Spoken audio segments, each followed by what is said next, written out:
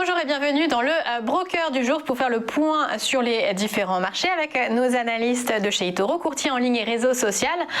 En ligne aujourd'hui par Skype, on retrouve David Derry. Bonjour David, vous êtes social media manager. Et Antoine Fraisse-Soulier, vous êtes analyste marché chez eToro. Bonjour Antoine. Bonjour. Et on commence avec vous justement par les actualités européennes. Et je vous laisse commenter cette journée mémorable hier de hausse sur le CAC 40. Oui, effectivement, c'est vrai que hier, le CAC 40 a signé sa 8e meilleure performance de son histoire. Il a clôturé en hausse de plus de 7,5% à 5 330 points. Et surtout, le volume de transactions est très, très étoffé, puisqu'il y a eu plus de 9 milliards d'euros qui sont échangés. C'est à peu près 3 fois le volume moyen quotidien. Et donc, du coup, ça veut dire qu'il y a énormément d'investisseurs qui sont rentrés dans le marché, peut-être qui étaient hors marché, et là du coup on a vraiment eu un volume déjà très considérable sur le CAC 40.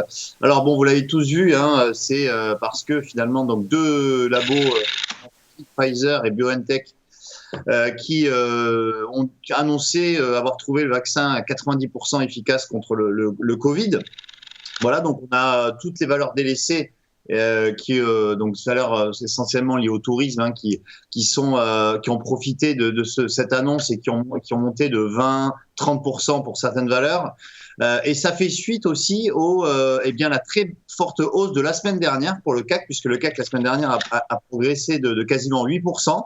Donc on est quand même à plus de 15% de hausse là en une dizaine de jours.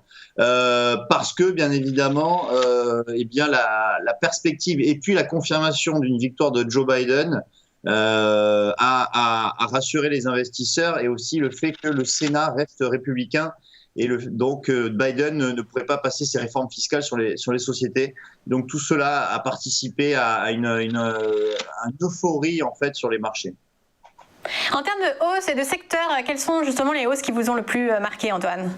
Eh bien, écoutez, la plus forte hausse du SBF 120 hier est à mettre à l'actif de Air France. Air France qui a progressé de 27% sur une seule séance.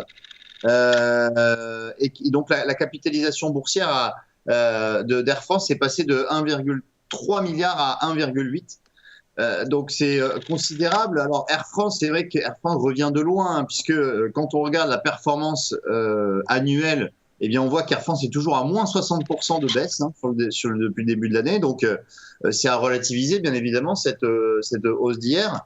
Et quand on regarde le cours de bourse, on voit que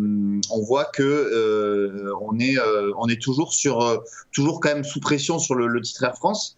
On vient de tester là, on teste ce matin le niveau des 4 euros. C'est un niveau qui a été atteint il n'y a pas si longtemps, au mois de septembre, sur la première compagnie aérienne française.